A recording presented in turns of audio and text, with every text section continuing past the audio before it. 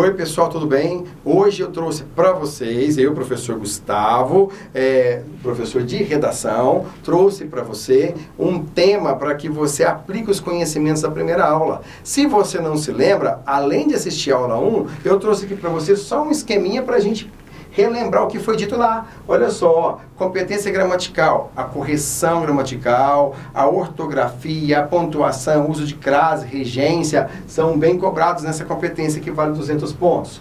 O repertório, essa aula de temas que a gente vai ter hoje é para melhorar esse repertório, porque afinal de contas, a gente tem que variar as áreas do saber, tá? Então eu posso colocar aqui música, aqui filosofia, ou aqui sociologia, aqui dados estatísticos, posso colocar história aqui, arte de cá, livros, não tem importância. Só não posso esquecer que a competência 3 exige que eu fale da atualidade, o repertório de atualidade. Se não vier nada na sua cabeça das aulas de geopolítica que você tem, se você não está acompanhando muito jornal e acontecimentos em tempo real, a coletânea te ajuda nisso, tá? Não se esqueça.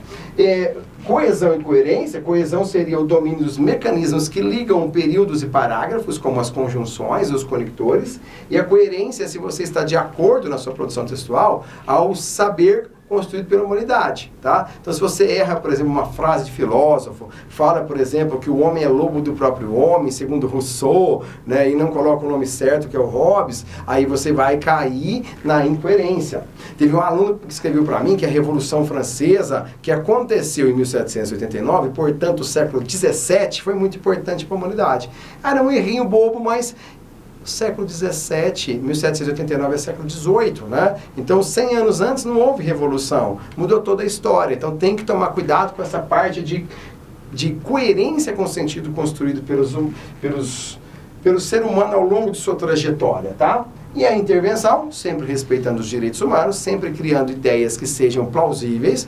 Não adianta você falar que para resolver o problema de pobreza, uma distribuição de renda, o governo deve promover um salário mínimo de 15 mil reais. Né? Porque nós não temos dinheiro para pagar esses 15 mil reais de salário mínimo. Então tem que ser alguma coisa que esteja dentro da coerência também da realidade política do nosso país, certo?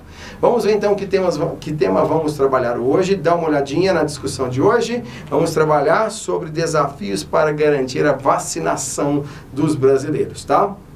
O primeiro tópico que eu pus para você é sobre queda de vacinação. Quando é que a taxa de vacinação cai? Quando você começa a elaborar conjecturas a respeito disso, você está na linha da argumentação, está na linha da análise, né?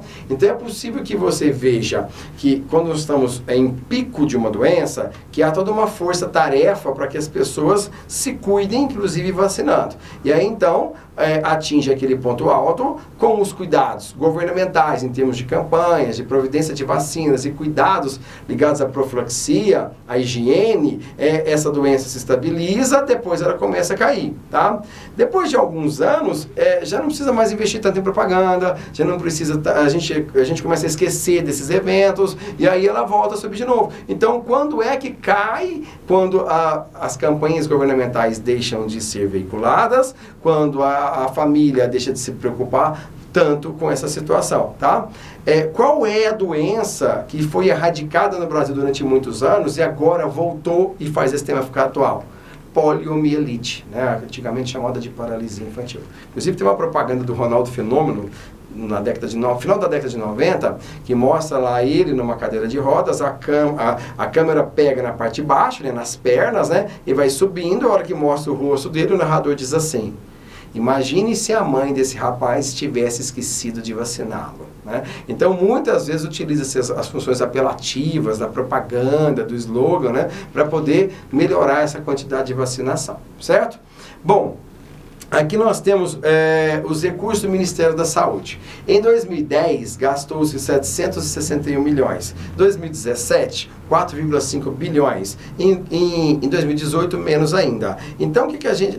mais ainda, né? Então, não é por falta de investimento de recursos públicos que nós temos menos vacinação. Alguma coisa está acontecendo. Uma dessas eu já posso ter em mente, que foi o que eu falei na tela anterior, né? Talvez seja essa preocupação e esse cuidado governamental em veicular essas ideias. Só que do jeito que está ali o dado, você não pode usar. Porque você só pode usar o dado que a gente chama aqui no colégio, né? No EMAS, a gente chama de dado concreto. Esse dado concreto saiu de algum lugar, saiu de alguma pesquisa, não pode ser inventado. Então, sem necessariamente a fonte, você não pode usar. A fonte a gente chama de argumento de autoridade. Então, aí, para você montar um parágrafo com um desses dados, você pode dizer, olha, em 2018, o governo federal, especificamente o Ministério da Saúde, investiu 4,7 bilhões de reais na área da saúde. Tá? Aí ficou com o argumento de autoridade, governo federal e Ministério da Saúde, o dado concreto, 4,7 bilhões, e para você não ficar copiando do jeito que está na coletânea, pode fazer aproximações. Você pode colocar cerca de 5 milhões, cerca de 5 bilhões, quase 5 bilhões, tá? Para não copiar ipsis literis e correr o risco de ser chamada a atenção numa correção a respeito de copiar identicamente o que está lá nos textos da coletânea, tá? Olha aqui, ó, olhando essa imagem, eu já... Opa, isso pode ser um repertório. Zé Gotinha, criado há 30 anos atrás, ele era assim muito querido pelas crianças. Então as crianças iam vacinar, tinha lá alguém vestido de Zé Gotinha, brincava com a criança, tal, e a criança gostava daquilo e ia vacinar com menos resistência, tá? Aqui também nós podemos utilizar um argumento de que a arte pode ter não só uma função estética, mas uma função também pedagógica, de nos ensinar a sermos diferentes em nossa vida. Então, por exemplo, a Maurício de Souza, com sua equipe, criou ali panfletos em que a Mônica estimula, como você está vendo, sorrindo, né, com panfletos na mão, a fazer a vacinação, tá? Outros recursos poderíamos utilizar, né, que matrículas em escolas, por exemplo, ou escolas de idiomas, se você assim o desejar, em cursos de artes, balé, artes marciais, escolas de natação, também veicule esse documento, que é a carteira de vacinação, para fazer a matrícula, tá? Isso é uma sugestão, porque se você for impositivo e disser que vacinar é uma obrigação, aí você cai lá num repertório cultural importante, que é a revolta da vacina, né? Quando você torna obrigatória a ideia, criando punições, você se aproxima de um estado controlador. Então tem que tomar cuidado com essa linha, porque se você tem que respeitar direitos humanos, esse controle não pode ser. Seduzir, mostrar a importância, faz parte de uma preocupação de um governante, de um governo que pensa no bem comum. Ele também não pode negligenciar, porque é direito do cidadão, o Estado não vai intervir, o cidadão faz o que quer, né? Ele tem que garantir que tenha vacina, tem que garantir as propagandas públicas, e aí sim é direito do cidadão escolher ou não. Mas o cidadão tem que ter amplamente divulgadas as informações da importância do cuidado com o coletivo. Afinal, estamos agora em épocas absolutamente globais, né? O que acontece lá na China, como você viu na pandemia, chega até numa cidadezinha do interior de Minas Gerais, por exemplo, tá? Como aconteceu em todo lugar do mundo, tá? Muito bem, gente. Então, olha só, coloquei uma série de itens que você pode utilizar no seu texto. Primeiro, vacina é um método preventivo. Vacina não é remédio, ele é prevenção, é uma profilaxia, é um cuidado. Histórico. Nós temos aqui no século XVIII a varíola, que matou muita gente. Ela aparece no livro Capitães da Areia. Os personagens de lá, como Pedro Bala, como Dora, Volta Seca, eles perderam os seus pais vítimas da varíola e, portanto, eles têm que se virar sozinhos, né? Não tem nenhum cuidado mais familiar e dependem dos aparatos do Estado. Como o Estado não ajuda, eles se tornam marginais.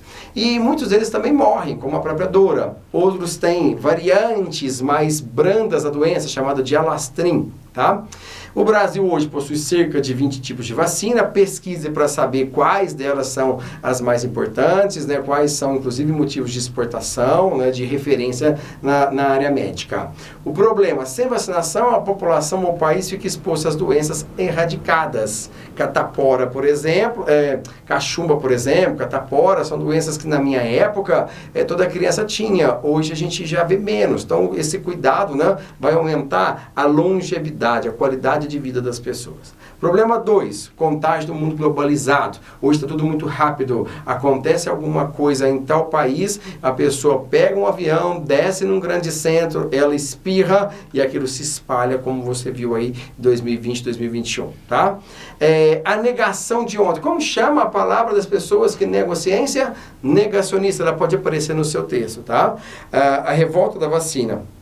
A revolta da vacina não necessariamente foi uma revolta das pessoas que não queriam a vacina em si, apesar disso também ter existido na época. Mas a revolta é porque o governo oprimia tantas pessoas, tanto no ponto de vista social quanto econômico, que essa imposição de vacinar foi um estopim de uma revolta. Tá? A negação de hoje, falta de livre-arbítrio sobre vacinação. O que as pessoas que não querem vacinar hoje dizem? Eu sou livre para escolher. Eu sou de uma seita X ou eu me alimento de tal forma e eu não queria me vacinar. Aí fica uma situação muito limite para você fazer no seu texto. É o gargalo do seu texto. Até onde é dever do Estado propor essa vacinação, até onde não é dever do Estado. O Estado deve impor sanções para quem não vacinar, em nome da felicidade da maioria das pessoas que vivem nesse Estado. O Estado tem que deixar livre para a pessoa escolher se deve ou não vacinar. Esse é um ponto importante, tá? No utilitarismo de Stuart Mill, que você pode usar como repertório, tem essa ideia. A felicidade para a maior quantidade possível de pessoas deve ser garantida, deve ser a função do Estado, ok? Bom, medidas tomadas, campanhas de vacinação, seria possivelmente usada numa intervenção, e vacinação nas escolas. Antigamente, né, quando eu estudava, a escola também era usada como vacinação, profilaxia dos dentes, né, faziam-se campanhas, né, era bem legal. Eu não enxergava nenhum problema de imposição, eu achava que era um cuidado que muitas famílias às vezes não tinham. Eu chegava em casa contando para minha mãe como a gente fez para escovar os dentes, que era de cima para baixo, e ela falava, não, pode ser de qualquer jeito, pode ser para um lado e para o outro, tal. Aí eu explicava, então a gente ia sempre melhorando, né? E os agentes que você pode acionar para concluir o seu texto, o Ministério da Saúde, o Ministério da Educação, em conjunto com as famílias. Sempre coloque uma parceria, mais de um, porque nossa situação é muito complexa. Então não posso deixar só para o Ministério da Saúde resolver isso e as famílias virarem as costas. Também não posso pedir só para a família se ela não tem ação política. Então tente unir as duas coisas. Ok? Mais de um repertório, mais de um agente fazendo a sua intervenção. Certinho? Bom texto e a gente se vê no E-Master.